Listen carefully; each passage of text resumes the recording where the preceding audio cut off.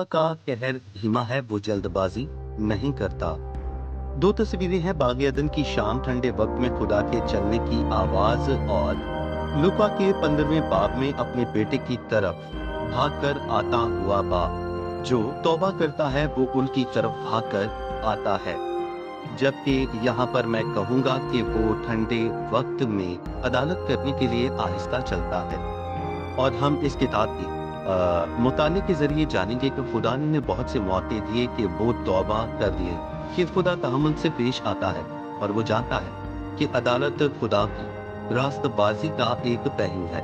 खुदा सादिक है और हम गौसिया में खुदा की मोहब्बत के बारे में वाज़ेह तौर पर जानते हैं, और हम अमूस और उसकी रास्तबाजी के मुतालिक जानेंगे।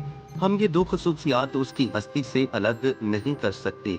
खुदा मोहब्बत है, जो तौबा करे उस पर मोहर और करम करता है, लेकिन वो जो तौबा ना करें और ना लौटे उन पर उसकी अदालत आती है।